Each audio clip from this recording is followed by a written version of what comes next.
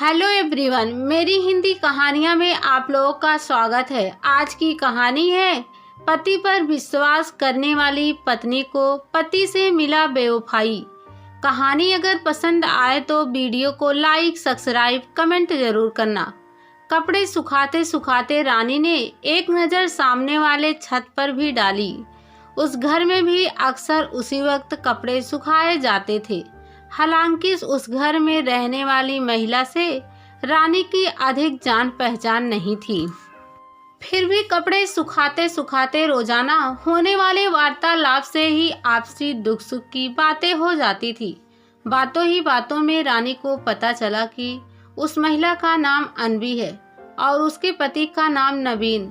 नवीन जी एक bank officer थे तथा घर के पास ही एक बैंक में कार्यरत थे। नवीन एवं अनवी की एक छोटी बेटी थी, पाखी। छोटा सा खुशहाल परिवार था। छुट्टी के दिन वे अक्सर घूमने जाते थे। नवीन जी बहुत ही सुंदर एवं हंसमुख स्वभाव के थे, यह रानी को भी नजर आता था। पर अनवी स्वयं भी सदा उनकी तारीफों के पुल बाधा करती थी। देखिए ना भाभी जी, आज ये फिर मेरे लिए नई साड़ी ले आए। मैंने तो मना किया था पर माने ही नहीं। मेरा बहुत ख्याल रखते हैं ये। एक दिन अनवी ने बड़े ही गर्व से बताया। अच्छी बात है, सच में तुम्हें इतना हैंडसम, काबिल और प्यार करने वाला पति मिला है, कहा रानी ने मन ही मन सोचा। काश दुनिया में सभी विवाहित जोड़े इसी प्रकार खुश रहते तो कितना अच्छा होता। एक आदर्श पति पत्नी है दोनों। रानी और अनवी की बातचीत का मुद्दा अक्सर उनका घर परिवार ही हुआ करता था, जिसमें भी अनवी की 80% बातें नवीन जी की प्रशंसा और प्यार से जुड़ी होती थी। एक दिन अनवी ने रानी से कहा, भाभी जी, मेरे पापा की तबीयत बहुत खराब है। अब मुझे कुछ दिन उनके पास जाना होगा। मन तो नहीं मानता कि नवीन को अकेले छोड़कर जाऊं, पर क्या करूं, मजबूरी है। प्लीज आप थोड़ा इनका ध्यान रखिएगा। खाने पीने की व्यवस्था तो बैंक में ही हो जाती है, उसकी मुझे कोई चिंता नहीं, पर हमारा घर सारा दिन सूना रहेगा। आप आते जाते एक नज़र इधर भी डाल लिया करना। ठीक है, तुम बेफिक्र होकर जाओ, रानी ने कहा। और फिर अनवी के जाने के बाद वह एक पड़ोसनी की जिम्मेदारी निभाते हुए आते जाते एक नज़र उनके घर पर भी डाल लेती थी। इन दिनों नवीन जी को बैंक में वर्कलोड ज़्यादा था, इसलिए वे काम में काफ़ी व्यस्त रहते थे। रानी से उनकी मुलाकात नहीं हो पाती थी। अनवी को गए 15 दिन से ऊपर हो गए थे, परंतु वह अभी तक लौटी नहीं थी। नवीन जी भी दिखाई नहीं देते थे। रानी को चिंता होने लगी थी कि कहीं उसके पिताजी की तबीयत ज़्यादा खराब तो नहीं हो गई। पूछे तो किससे। रात के 11 बजे थे। रानी अपने घर के मेन गेट पर ताला लगाने के लिए बाहर आई तो सामने वाले घर के आगे नवीन जी की गाड़ी रुकती दिखी। गाड़ी का दरवाज़ा खुला और उसमें से एक महिला भी नवीन जी के साथ उतरी। अरे, लगता है अनवी आ गई। रानी चहकी और आवाज़ देने ही वाली थी कि उस महिला को वेशभूषा और शारीरिक गठन देखकर रुक गई। नहीं नहीं, यह अनवी नहीं लगती। अनवी कभी जीन्स टॉप नहीं पहनती और ना ही वह इतनी दुबली पतली है। बालों का स्टाइल भी अनवी से बिल्कुल अलग है। यह अनवी नहीं, कोई और है। सोचकर रानी दरवाजे की ओट में छिपकर खड़ी हो गई। उसने देखा कि नवीन जी ने उस महिला को घर के अंदर चलने का इशारा किया और फिर दोनों घर के अंदर चले गए। हो सकता है यह नवीन जी के बैंक की सहकर्मचारी हो, किसी काम की वजह से आई हो, रानी ने सोचा। पर रात के 11 बजे ऐसा क्या काम है, कहीं कोई गड़बड़ तो नहीं। रानी को बड़ा अटपटा सा लग रहा था। इसी सोच में उसे सारी रात नींद नहीं आई। सिर भारी होने के कारण वह अगले दिन सुबह जल्दी उठ गई ताकि चाय बनाकर पी सके। बाहर से अखबार ले आती हूँ, 6 बजे तक आ ही जाता है, सोचकर रानी बाहर बरामदे में निकली तो नवीन जी को उसी महिला के साथ घर से बाहर निकल गाड़ी की ओर बढ़ते देखा। अचानक नवीन जी की नजरें रानी की नजरों से मिली और एक क्षण ही झुक भी गई, मानो उनकी कोई चोरी पकड़ी गई हो। वह चुपचाप गाड़ी में बैठ गए। साथ में वह महिला थी, शायद वह उसे छोड़ने जा रहे थे। रानी का भरम सही था। बाप रे, इतना बहुरूपिया है यह आदमी, दिखाने को तो अपनी पत्नी से इतना प्रेम करता है और उसके पीछे से यह गुल खिला रहा है। रानी मन ही मन बुदबुदाई।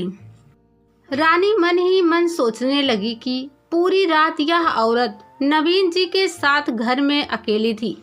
सच, इस दुनिया में किसी भी पर भरोसा नहीं किया जा सकता। अरे, इससे अच्छे तो वह पति हैं जो भले ही अपनी बीवियों से रात दिन झगड़ते रहते हों, पर दिल से प्रेम करते हैं। ये सब सोचते सोचते रानी अंदर आ गई। अखबार लाकर मेज पर पटक दिया। अब ना तो उसकी रुचि अखबार पढ़ने में रही थी और ना ही चाय पीने की इच्छा रही थी। वह चादर ओढ़कर पलंग पर लेट गई और फिर अनबी के बारे में सोचने लगी। कितनी मासूम है अनबी, बेचारी जाते जाते भी अपने पति की चिंता कर रही थी कि इतने दिन अकेले कैसे रहेंगे। पर यहाँ तो अलग ही मंजर है। लगता है नवीन जी तो इसी दिन का इंतजार कर रहे थे।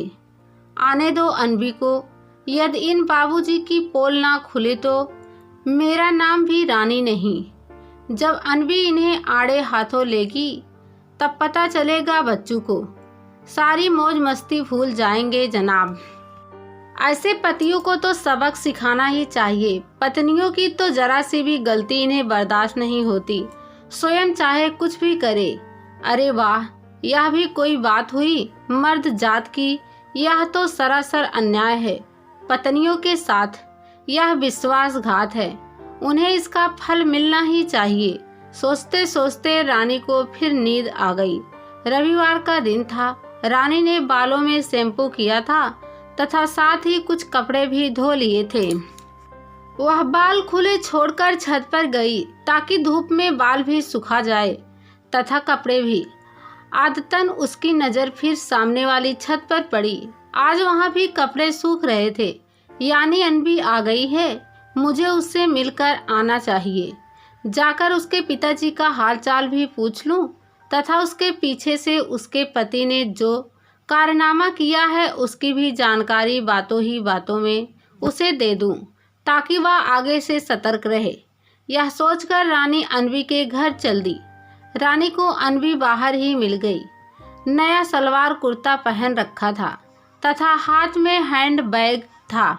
लगता था कहीं जाने की तैयारी है। अनबी, कब आई तुम? कैसे हैं तुम्हारे पापा? रानी ने पूछा। आज सुबह ही पापा की तबीयत ठीक है इसलिए चली आई। स्कूल भी तो मिस हो रहा था। पाखी का इधर इनके फोन पर फोन आ रहे थे कि जल्दी आओ, तुम्हारे बिना मन नहीं लग रहा था। सच भाभी, ये तो मेरे बिना रह ही नहीं सकते, इसलिए तो चली आई, वरना कुछ दिन और रह लेती। तभी नवीन जी भी आ गए। पाखी उनकी गोद में थी और नवीन जी उसे बार बार चूम रहे थे। पाखी भी पापा पापा कहकर उनसे लिपट रही थी। हेलो पाखी, कैसी हो? जानती हो मैंने तुम्हें बहुत मिस किया। रानी ने नवीन जी की ओर देखते हुए पाखी से कहा तो नवीन जी ने नजरें झुका ली और फिर संकोचवश नजरें उठाकर रानी की ओर देखा, मानो अपना अपराध स्वीकार कर रहे हों। अरे अनबी, तुम्हारे नवीन जी तो तुम्हारे दीवाने हैं। तुम्हारे बिना ऐसे हो गए थे जैसे प्राण बिना तन। एक दिन तो मुझसे कहने लगे, भाभी जी, जब बैंक से घर आता हूँ तो सूना सूना घर काटने को दौड़ता है। सच, पत्नी बच्चों के बिना घर घर नहीं लगता। अनबी के चेहरे पर मुस्कुराहट दौड़ गई। उसने शर्मा कर नवीन जी की ओर देखा। रानी फिर बोली, अरे मैंने भी बेवक्त तुम लोगों को किन बातों में उलझा दिया। शायद तुम लोग कहीं जा रहे हो।